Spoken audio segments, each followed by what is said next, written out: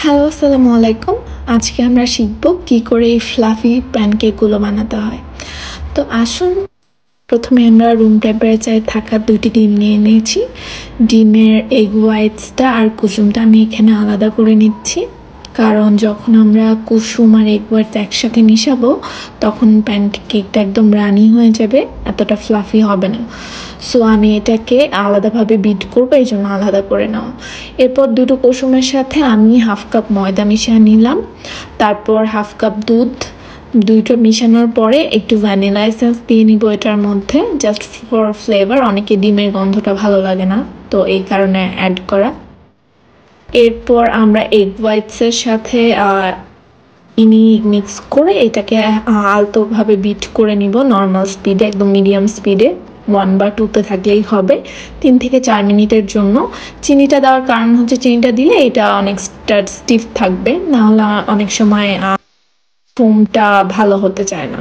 So এই কারণে চিনিটা দিয়ে নাও। তো এটা ভালোভাবে বিট করার পরে আমরা যখন দেখবো যে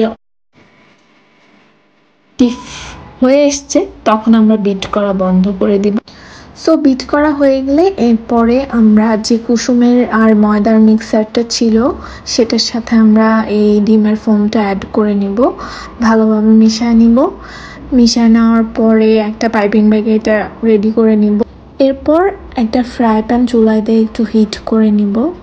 গরম হয়ে গেলে এখানে আমরা যে ব্যাটারটা ছিল সে ব্যাটারটা দিয়ে দিব অল্প অল্প করে। তার 1-2 মিনিট ঢাকা দিয়ে রাখলেই দেখা যাবে সুন্দরভাবে ফুলে উঠেছে প্যানকেকগুলো। অ্যান্ড এটা দেখতে এত সুন্দর, কোনো কিছু বানানোর পর যদি দেখতে এত সুন্দর হয় তাহলে আর খাওয়ার মজাই আরও বেড়ে যায়। তো এরপর আমি প্যানকেকগুলো উঠানোর পরে আমি এখানে পাউডার সুগার উপর থেকে সিফট করে নিচ্ছি ফর সুইটনেস। সো এই ছিল আজকের রেসিপি। আপনাদের যদি আমার রেসিপি ভালো লেগে থাকে অবশ্যই সাবস্ক্রাইব করবেন অ্যান্ড লাইক, শেয়ার, কমেন্ট করবেন। Thank you.